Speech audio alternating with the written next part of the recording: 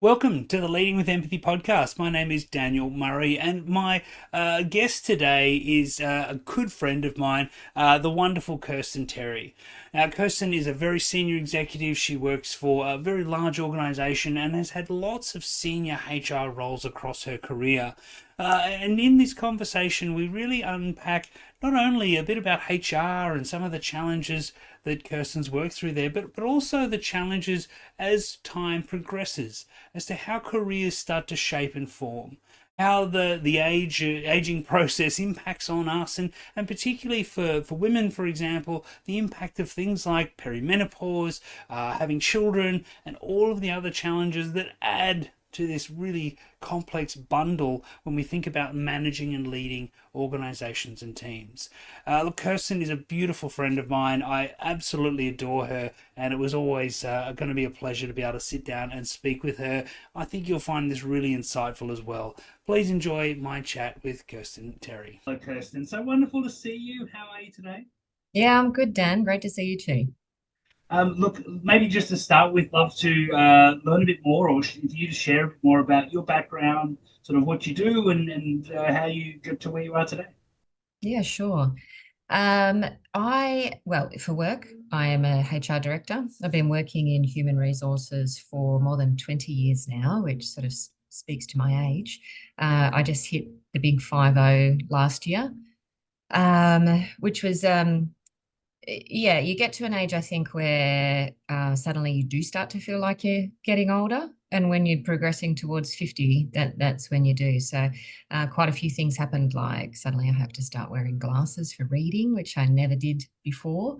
And yeah, entering perimenopause and handling kind of all the effects of that, which I guess we can talk about a bit later.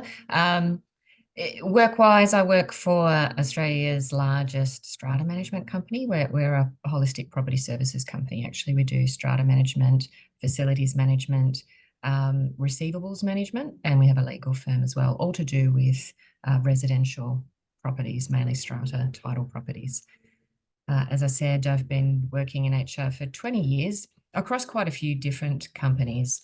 The good thing about HR is that it's very transferable. So there are kind of niche areas, like if you specialize in industrial relations and work in blue collar companies, those HR professionals tend to stick to that because it's quite a specialized field. I'm more on the white collar side, so I've worked in corporate companies most of my life across areas like software, auction house, um, uh, commercial real estate, now strata management. Well, why HR? What got you into HR? Was it something you always wanted to do? Did you fall in? Like, No. get to the HR world? Gosh, back when I was at uni 30 years ago, there wasn't really, I mean, I think there are HR degrees now, but there wasn't back then. So I did an economics degree at uni, which I really loved. To get the good jobs in economics, like if you want to go and work in treasury or sort of, something high profile like that, you really need to stay on at uni and do a master's or a PhD. In my second year, once I realized that, decided that I'd rather get out and get working and then go traveling for a while. So I looked for something else I could pick up. Now, at the time, the uni that I went to, Monash in Victoria, did offer a few human resources subjects. And I thought, oh, hiring and firing sounds quite cool. Maybe I'll do that. So I did a couple of subjects and got my first job in recruitment as a recruiter, which when you're young, actually, I think everyone that gets into HR loves the idea of recruiting, asking people lots of questions and then deciding whether they're right for the job, that type of thing. So I really enjoyed that to start with. But it does, unless you're really suited to recruitment, it does quickly become quite tedious. So that's when I looked for a job that was more in generalist human resources. So that's how I got into it. Was there a point at which you thought, yeah, this is sort of definitely my spot. I really like this part about the HR generalist role. Was there something that sort of that sort of tied you in and grabbed you? Yeah, I think because it is so broad, you can get involved in so many different areas. So I did early on in my career, as I said, I started in recruitment and then I moved into HR systems. So I learned how to do payroll and specialized in the system side of things, which I really enjoyed at the time. Then I moved from that into remuneration because they sit quite closely together as well, because you're generally utilizing HR systems a lot when you specialize in remuneration and benefits. And I did really, although I do really like people, I also, my second love was spreadsheets. So I quickly learned how to do lots of different functions on spreadsheets, and kind of built myself up to being a bit of a Excel master, which I really love, because back in the day, there weren't that many people who were really good at Excel. So, it made me feel really good that people would come to me and ask me, how do I do a lookup table, or, how do I do a macro, that type of thing. And that really got me some good jobs as well, because there aren't many people who specialize in remuneration. Especially when I went and lived overseas, I got to work for some great companies like Christie's, the auction house, and I worked for Amazon back in its very early days as well. And I got to travel between the US and the UK, which was fantastic. So I think it's the breadth of it. There's so many things that you can dip your hand into, and it keeps it new. So you never get bored, because you can always do different things, and it is so transferable. You can cross industries. It doesn't take long to learn a new industry, because HR is relatively the same. Well, what have you seen change in HR, I guess, from, you mentioned you've been in the industry a long time and you've been in a lot of different organizations. What's sort of been the big shift you've noticed in the last sort of 10 years or last decade or so? Well, there's probably been a few, Dan. The first one is probably this gradual transition of HR professionals from being what we called back in the day personnel, who were really administrators, keeping details of people's different jobs and pays and all of the rest of it, and filing a lot of stuff, to being professionals who sit at the table and help develop strategy, and the workforce planning and succession planning, and development of people that helps underpin or drive that strategy. So that's a lot more fulfilling as well. The second key change is around the technology, which is probably the same for every type of job. So the systems that I used to work with 20 years ago compared to the systems that we're working with now, obviously there's a lot more automation, and there's a lot more self-service. Back in the day, HR professionals spent a lot of their time entering data. Now, most of that's coming from the source, which is the employees themselves. So we're utilizing the data they give us to withdraw insights, rather than just moving data from one location to another. Yeah, absolutely. And I think that idea of keeping tabs or track of people versus helping to develop and foster that capability within the organizations, Yeah. that's sort of a huge shift. What I guess are the frustrations you see around that change? Or I've worked in organizations where sometimes people have seen HR as being something that they're not. Sometimes HR have not been what the business needs. What are some of the Mm. frustrations you've experienced in that sort of mix? I think in some organizations, well, in every organization, sorry, there are people who think that HR is an agony aunt for them to go and tell all of their problems to and complain to. And there are some HR people, not many these days, but some who still think of themselves as that ear for the employees. Now, we still want to be that, but actually, we're employed by the company to drive high performance within a company. And that's the role that HR professionals really need to position themselves in, rather than being this agony aunt for employees. So, yeah, I guess it can be frustrating for people when employees want to draw them back into that. I try and guide my team to really respect and promote the relationship between employees and their direct managers. It's the most important relationship you have in a company. And as they say, that old adage of people join companies and leave managers, yeah, it's really, really true. So we have to work as business partners or consultants to managers to help them get the best out of those relationships and get the best performance from their people, rather than step in and run things for them. That's not our job. Yeah, it's one of those things that whenever I work with different organizations and teams of leaders, it's always interesting to see that relationship they've got with their HR, business partners and their HR teams. And I think you're exactly right. It's about how do we help those leaders to support their people and Yeah. those people are constantly changing and differing, and strategically we need different skill sets and different capabilities, and probably sad to hear, but we don't need people who are just good at Excel anymore. No, We need I know. so how how do you see that all that changing, and how do you keep adapting to that change to support those leaders when the reality is those leaders are also really busy trying to do stuff and aren't usually across some of that change? Yeah, look, there's always a constant tension between people wanting more training and development to help them get better at their jobs, but not having enough time to do it.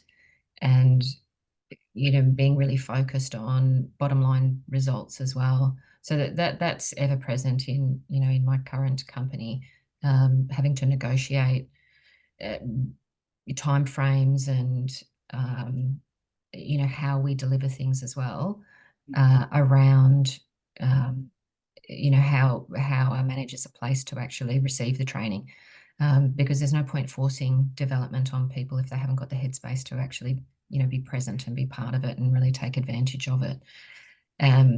You talked about frustrations before. I guess one of the big frustrations we find, we run a quarterly voice survey, pulse survey, and this has been my whole career actually. In those surveys, people always ask for more training. They want more development, but it's finding the time to do it. They find that challenging themselves, and managers even more so than people, because generally managers aren't just managing through people. They're generally doing some, of the work themselves as well. So it's a double juggle, so to speak. Yeah, and it really highlights how important it is to be practical and pragmatic in Yeah, the approach to some of those things.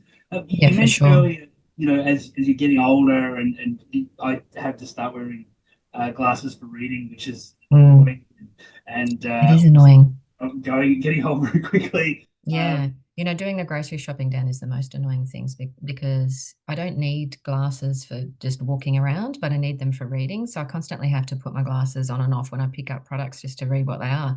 It's crazy. Yeah, I've found my watch puts up notifications now, and I'm like, that's Right. got smaller. So, but as we, the only people always say to me, look, I hate getting old, I hate aging, and my response is always, well, it's better than the alternative. Right? There's only one Mm, alternative, which is far worse yeah. than getting old. So it's something that's going to happen to all of us and our workforces. Tell me, how are you adapting, or what are some of the things, your perspectives that have changed as you sort of started to confront some of these things that are popping up for you? One of the really good things about getting older is you've got more experience, right? So your toolkit in terms of experiencing different situations and responding to them and knowing what works and what doesn't, that's getting bigger and bigger. And that's a really good thing. Unfortunately, I don't feel that there's enough appreciation and respect of that in our society. We're very youth focused, um, and we really should be mining the wealth of experience that mature workers have in organizations. So, I think that's one point we have to look to the wisdom that comes from experience and utilize that if we can. Um, we've tried before actually to get more mature workers into our workforce, on very flexible working arrangements. One of the things that's challenging though is that the rules around superannuation and pensions in Australia is quite prohibitive. So there are a lot of people, I think, who would love to work, continue to work a couple of days a week until they're into their 70s. But that type of thing impacts their social security payments, and yeah, it becomes a bit of a challenge, but we would love to get older people back into the workforce. And I remember reading a study that McDonald's had done actually, where they found that adding one worker over 50 or 55, I think it was, to teams of five improved the culture and productivity of the teams out of sight.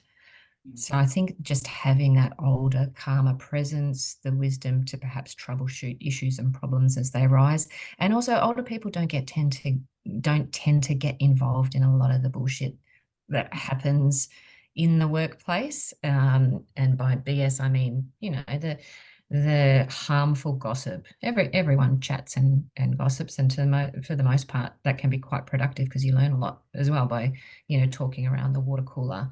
But there can be some mean-spirited stuff that goes around, and older people tend not to have as much time for that stuff, which is great. They're really good in the workforce.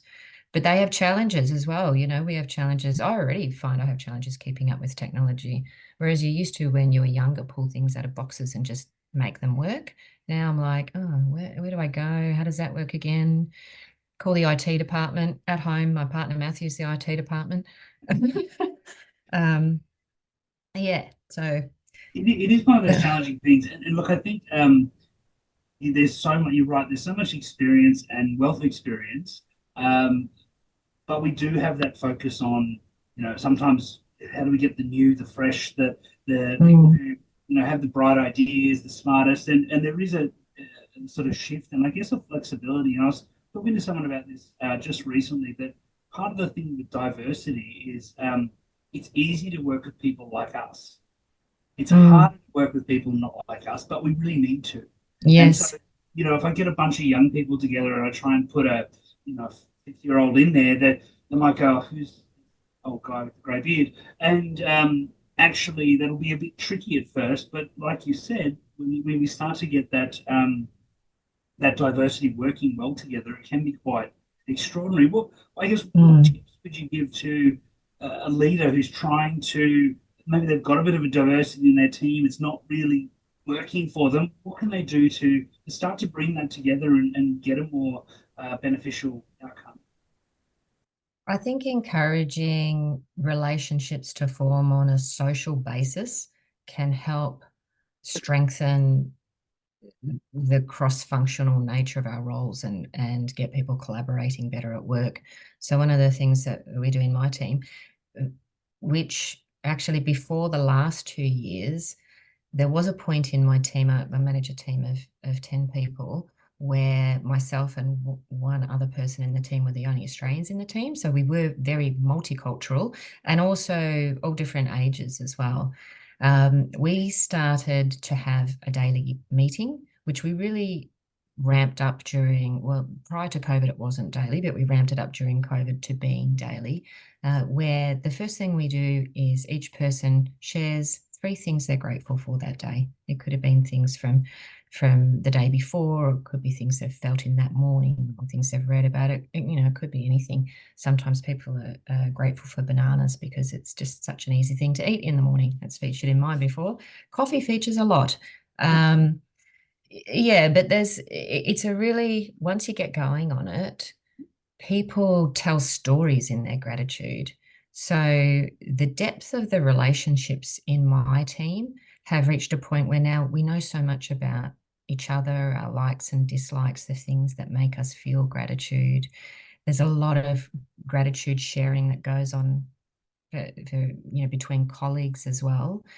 And I've found that has really lifted the willingness of everyone to jump in and support their colleagues when they're needed. And we know when it's needed because we hear about it every morning.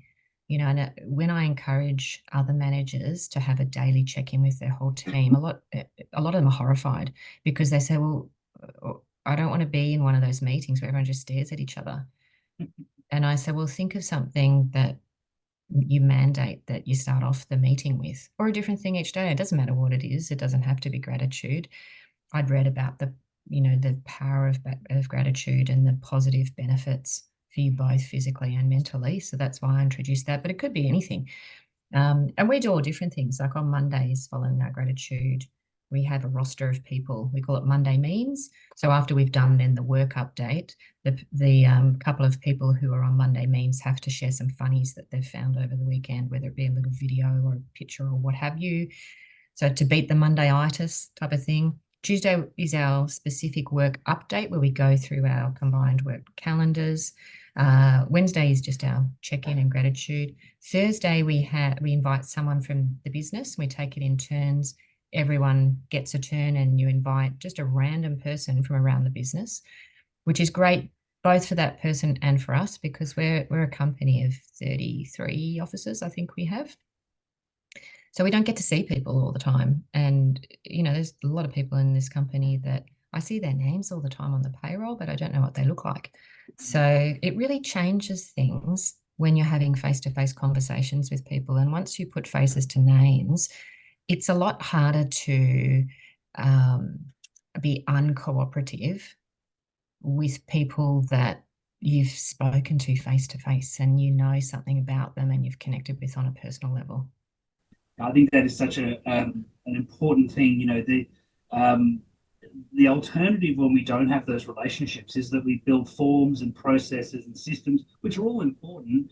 But Yeah, if I just want to know something about what's going on in the marketing team, the yeah, difference between looking someone up in the directory, sending them a cold email, hoping they get back to you, or just picking up the phone and going, "Hey, Bill, love to chat. Good to see you again last week." yeah. So much more efficient and effective, and that investment in relationships becomes a bit of a superpower. Um, Yeah, absolutely. And also the actual parts of your brain. So I cannot remember the name of this speaker, but I went to a conference probably more than 6 months ago now, where they had a woman who is a neuroscientist, and they've done quite a lot of studies post-COVID around the impacts of remote working. And one of the things that they're able to show scientifically now is that there are different parts of your brain that are switched on when you are talking to someone face to face. Now, even face to face on Teams or Zoom is better than no face at all. But face to face in person is even better. And those different parts actually aren't switched on when you're reading an email from someone. So, and the parts that are switched on are parts that correlate with higher levels of innovation, creativity, problem solving. So, all those higher level cognitive functions. So, yeah, workplaces all need to encourage people to be spending face to face time talking about things rather than turning into keyboard warriors. Yeah, I couldn't agree more. There's a study I'll share with you that came out of Duke University. So Dan Ariely, Mhm. if you know Dan's work, Right. and so I think there is a lot of upside to connecting. There's also a downside to not connecting, and Yeah.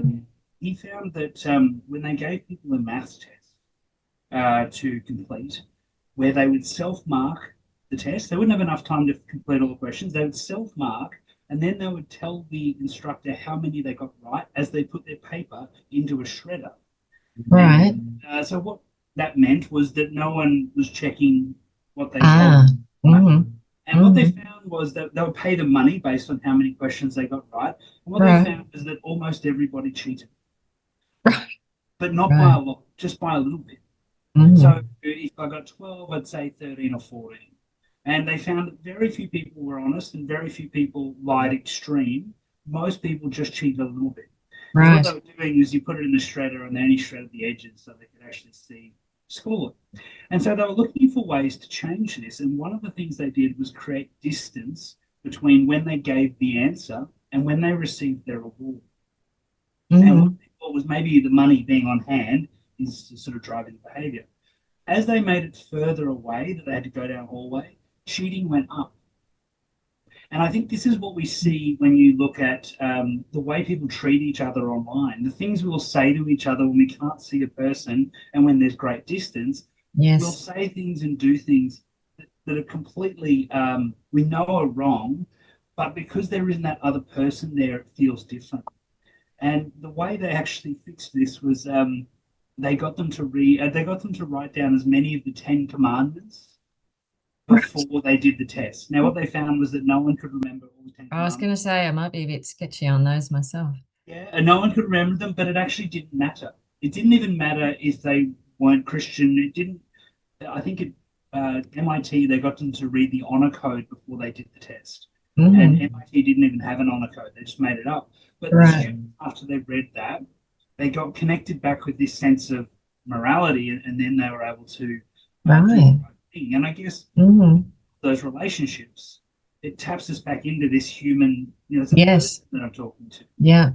And I think, did you find that when, in HR, when you're big organizations, particularly when you're dealing with payroll and there's just people and numbers and FTE and, you know, that it's easy for sometimes that to lose sight that there's a person on the other side of that conversation? I'd say it's probably easy to lose sight in no matter what the job is, really, which is one of the reasons why in my department we have what we call HR business partners, and they each have a client group. And we encourage them to spend as much time with them as possible and actually going around to the branches and seeing them and putting faces to names because yeah, I think when you're in a department that is governed a lot by policy as well, and it's our job to ensure that policies are followed and that we've got a rigorous level of compliance and governance. But not everything can, there's a lot of grey when it comes to humans, right? And a lot of extenuating circumstances, and not everything can be just well, the policy says this. So I think it's really important to know the people, to understand their circumstances, to know, well, how much flexibility will we give around some of these things? Yeah, that's really critical. If you set a policy around, a good example, I guess, is the recent law change around right to disconnect. Yes. You know, Yeah. I think I've written about this recently, but there's outrage from some people in the US that, oh, how dare they want to just, if I can't get to them at 2 a.m., then it's going to be, problematic. But again, Mhm. if you've got a good relationship with your people, if you build trust and, you do treat people fairly, I'm sure if you work with a leader like that, if they call you at 2 a.m., maybe you'll answer because you go, well, it must be important, right? How, Mm. how do you look at those sorts of, again, the policies become black and white, but how do you encourage the leaders to navigate through those grey, sort of messy areas? Well, one of the things that you actually need to look at is whether there are structural um, setups that are contributing to negative outcomes.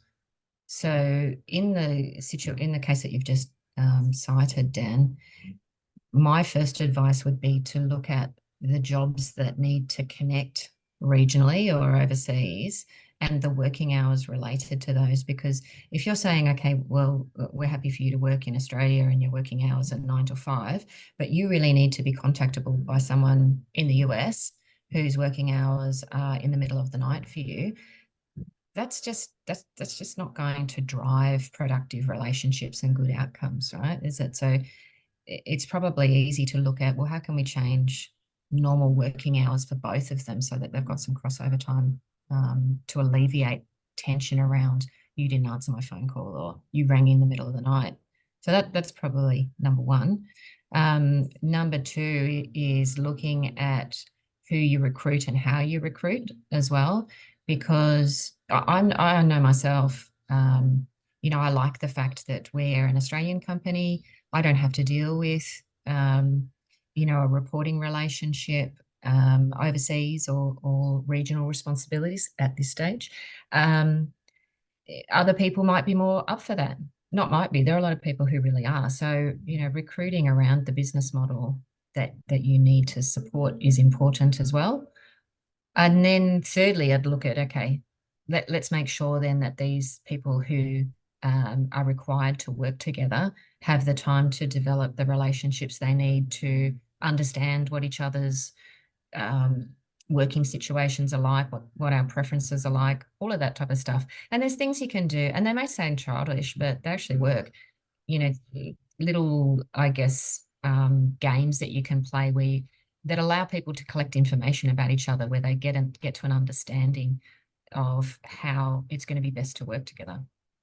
Yeah, and I think that's a really important factor that when you're dealing with humans, there's complexity. That's the beauty of humans. There's a lot of complexity. There's a lot of different things going on, and that's Mm. what makes us such an amazing resource. But also that flexibility and that complexity is something we have to be conscious of. And this Yes. is, I guess, coming back to this sort of topic of aging. One of the types of I talk a lot about pirates and passengers, and you might have heard that passengers are the people who they let the standards slip. They don't meet expectations. They start to, they drop the ball a little bit. And one of the categories that comes up really consistently, particularly in public sector and those sorts of environments, is what we call the retirement passenger. This is Right. often a person who has a couple of years left to retirement, often not even Right. a clear sort of timeline, but they're not Mhm. far away, and they just seem to uh, be sort of slowing down, not really doing what they need to do. And again, when I bring this up to groups and particularly at conferences, I get a lot of sort of interesting. We've got a bunch of those type comments back. Really? I Yeah, find that quite surprising. Do you know, I actually haven't really encountered that situation myself much, or yeah, look, I admit I've probably seen it a few times. Um, but I've also seen the opposite problem where we've had to, really try to encourage people to take holidays and slow down a bit. There are people who just never want to stop working, which is great. They shouldn't have to if they don't want to. Yeah, but I wouldn't say that I think that that is something that is necessarily prevalent amongst older workers. It's across the whole workforce. It's yeah. definitely not an age-related thing, in my opinion. And actually, I've seen it right on the opposite end of the spectrum quite a bit. We call it presenteeism. So they're not transitioning towards retirement, but they've already mentally checked out of the workplace and are just coasting along because they need to get money each day to pay their bills, but they'd rather be somewhere else. Is this sort of the quiet quitting, Yeah, passive avoid again the yeah, avoidance? like they're actually present in the workplace, but mentally they're absent. That's why we call it presenteeism. What do you Um, think drives that? just disengagement. So, which is, stems from a whole host of things. So it could be everything from the job that they're doing is maybe not the right fit for them. It could be either too easy and not challenging them, or it could be too challenging, and they don't have the right type of skills to do it or do it really well. It could be their relationship with their direct manager. I always look at that one because if you've got a really good relationship with your manager, you can have the type of conversations where you uncover quite quickly what's stopping someone from really, that high performance and showing discretionary effort. It could be remuneration. They're disappointed in what their remuneration is, or they think it's unfair. That's the big one. Interestingly, I found over my whole career and doing annual salary reviews at pretty much every company I've worked at, that even on very low salaries, if someone doing the same thing is not paid more than them, people are happy. It's only once they think their salary is unfair that becomes their number one area of disgruntlement, disengagement, presenteeism, and eventually leaving the company, which leaving the company is a good outcome for the company. It's the ones that hang around forever just being disengaged that um, are problematic. So, Mm, yeah. absolutely. That's one that comes up quite a lot is, that the it's unfair and therefore people want more money, but actually they don't Yeah. want more money. They just want to feel valued the same. They want to be on the same playing field. Yeah. If you think something is unfair, it's a really strong driver of resentment, and yeah, disengagement. You will withdraw your discretionary effort like that. And as we know, people doing their jobs is a great thing, but it's when you demonstrate discretionary effort that you're really engaged and really good outcomes come from that. Yeah, absolutely. And that comes from that sort of subconscious, emotional driver. The Mm, other one of the other characters that are popping up, we're sort of building these personas out, and it's interesting to get your thoughts on them. Is one we call the glory hunter, and it might be right. similar to someone you were describing there. That they are generally, and again, this is not. I don't mean this as a stereotype, but often it's a younger person. They're relatively new into the workforce.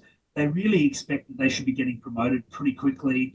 They don't really like to do the mundane work. They don't want to do the Mm, day to day stuff. They want to do the mm, cool stuff. They want to hang out with the boss and get the kudos. And that causes a lot of tension in the team because Mm. it's unfair. This person's not doing those things that they're meant to be doing because they think it's beneath them. Do you see Mm. those glory content as something you've come across uh, in your work? Yeah, and I think our managers are pretty good at ensuring that people still do, their job requirements. It often ends up being most challenging for the manager because that type of person is constantly asking you for the new challenges and what can I work on now? I've already done that. And those conversations are interesting where someone says, well, I've, finished this project. I learned all this new stuff. I did all of this. What's next? Overlooking the fact that, well, someone has to maintain all the stuff that you've set up, and that person is actually you because that's your job. So we're happy to explore what developmental opportunities are available to you, as long as you understand as well that this is the job that you're employed to do. So the better, faster, more efficiently you can do it, the more time you'll have to then take on other opportunities. So this needs to be a partnership. I'm not here to create hundreds of opportunities for you. We're all here to do the jobs we're employed to do, and hopefully develop you and give you opportunities along the way. Yeah, absolutely. I often think it's you want to work with that passion they've got and say, yeah, Mm, absolutely, I'd like you to yeah, be the CEO as well. yeah, But just so you know, the way we make that selection process on the way up is by you demonstrating you can do all yeah, this stuff. And so not doing this stuff, neglecting this stuff, actually isn't going to help you get what you. yes, absolutely. Absolutely. Because I still do really boring, mundane admin stuff as well. And I'm on the executive team. I'd love not to have to do it, but I do. Everyone's got those elements of their jobs. Yeah, absolutely. And it's the discipline to be able to do those sometimes that Yeah. is really important. Kirsten, I'd love Yes. to ask you some of my empathy card questions. Okay, fire As I away. mentioned earlier, these might be a good resource for those team meetings to get people to get to know each Yes. other a bit more. Yes. So I'll put you on the spot. Okay. Who's someone who's played a big role in shaping you? Gosh, there are so many people. And so many people for different reasons, actually, as well. So I've had some really, really bad managers in my career. Uh, Unfortunately, most of them women as well, and I don't know why that is. I think that has changed a lot, but there were a lot of women when I was younger who I think had that attitude of, I had to get here the hard way, so you have to as well. And I remember, being quite young as a manager and thinking, I am never going to do that to my people. So, sometimes you learn the best lessons in the worst ways. Mm, Um, on the other side of things as well, probably actually the CEO that employed me into this role, um, he from him, I think I really learnt the power of trying to get to know something personal about everyone that you work with and then talking to them about it as well when you see them. He was one of those guys that used to, make it his mission to wander around and say hello to everyone. And he just remembered everyone's partner's name, their kids' names, whether they had pets, and he'd always ask some questions about it. And you could see the the pleasure on people's faces that the CEO had remembered them and remembered personal things about them. So that was a good lesson I learned from him. it's one of those things that's small. It won't show up on a balance sheet. It doesn't get reported. Yeah, Wow, it has a big driver. Those discretionary effort things you talked about earlier. That's a huge driver. Next yeah, for question: sure. what is your favorite or most impactful book that you've read? Oh my gosh. Look, I've got to admit that this doesn't sound very intellectual, but I'm not a huge reader of nonfiction. Um, because I do so much reading at work, if I read outside of work hours, I tend to want it to be for pure pleasure. Um, Your favorite fiction book? so in recent years, I think it's a book called A Little Life. Now, the author of that has a very difficult name. I can look it up quickly for you, but I'd probably bugger it up if I tried to say it, so I might leave the name out of it. It's a very long book, but it's beautifully written. It's about four men who meet when they're young boys and continue their friendships into adulthood and the trials and tribulations that they face. But it's incredibly um, heartfelt, and there's some very, very sad moments. Actually, I cried more in that book than any other book I've ever read. So I would recommend that book to anyone. To Kill a Mockingbird was always my favorite book when I was younger, and I still love that book as well. Yeah, wonderful. And the final one, what advice would you go back and give your 10-year-old self? Hmm.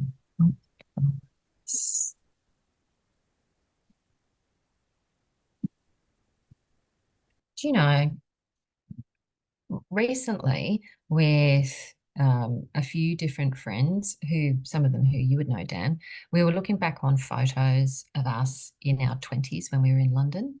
And all of us were struck by how beautiful everyone was. And back when, and I remember, and looking at some of the photos, I remember being in those moments as well and being, you know, constantly conscious of my body and my hair and, stressing about all of those things. So probably I would tell my 10-year-old self as, you're sort of growing into your teenage years and puberty, it's to, yeah, accept yourself and whatever, however you would rate yourself out of 10, it's probably at least a couple of points less than you actually are out of 10. Um, yeah, it's not the way that the world sees you, but I think we're so socially conditioned that we have to be perfect in every way that we're really hard on ourselves. And both men and women are like that. But yeah, it was a real eye opener for me thinking, wow, what were we so worried about? You know? Yeah. So that's what I'd tell myself. And I think it stays with us through our entire lives. I mean, as we get older, this is as good as I'm ever going to look, and only downhill from here, right? So we Yeah. should appreciate it and look after ourselves as best we can. Yeah, for Kirsten, sure. it's been an absolute pleasure chatting to you. Thank you so Yeah, much, you too, Dan. and really look forward to catching up soon.